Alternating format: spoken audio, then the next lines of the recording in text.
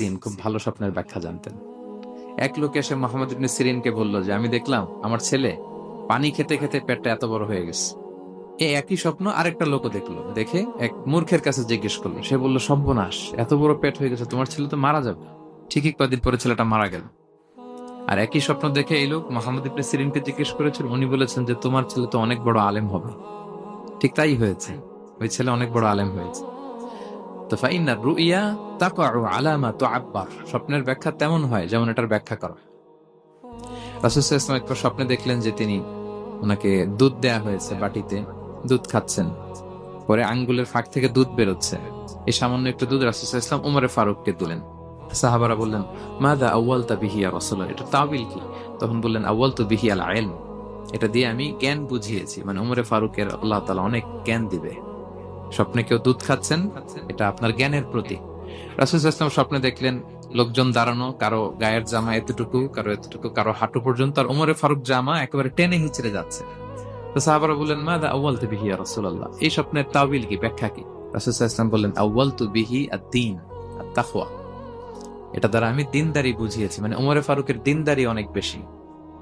স্বপ্নে কেউ ছোট জামা দেখলে তার দিনদারি কমতেছে, এটার একটা আলাম। তো এই জন্য হুট করে স্বপ্নের কথা কাউকে শেয়ার করতে নেই। রাসূল সাল্লাল্লাহু আলাইহি ওয়াসাল্লাম ফজরের সালাতের পরে মসজিদে নববীতে সালাম ফিরিয়ে সাহাবাদের দিকে মুখ ফিরিয়ে বসতেন, তাসবিহ পড়তেন, এরপর জিজ্ঞেস করতেন, হাল রাআ আহাদুম মিনকুম আল বারিহাতা রুইয়া, গত রাতে কেউ কোনো স্বপ্ন টপ্ন দেখেছে নাকি? তো তখন সাহাবারা এই স্বপ্ন বলতেন, রাসূল সাল্লাল্লাহু আলাইহি ওয়াসাল্লাম ব্যাখ্যা করতেন। সুবহানাল্লাহ, কত সৌভাগ্যবান ছিলেন তারা। তাহলে স্বপ্ন বলা যাবে নাকি কাউকে? না। খুবই শুভাকাঙ্ক্ষী, আপনার একেবারে ক্লোজ ফ্রেন্ড, তাকে বলতে পারেন। আর অনেক বড় আলেম যিনি ভালো ব্যাখ্যা করতে পারবেন, আপনাকে গাইড করতে পারবেন, তাকে বলবেন। এছাড়া বলা যাবে না। আর খারাপ স্বপ্ন তো বলাই যাবে, আল্লাহ তাআলার কাছে পানা চাইতে হবে। তাহলে ঘুমিয়ে ঘুমিয়ে যেটা দেখি এটা কারোর কাছে বলা যাবে না।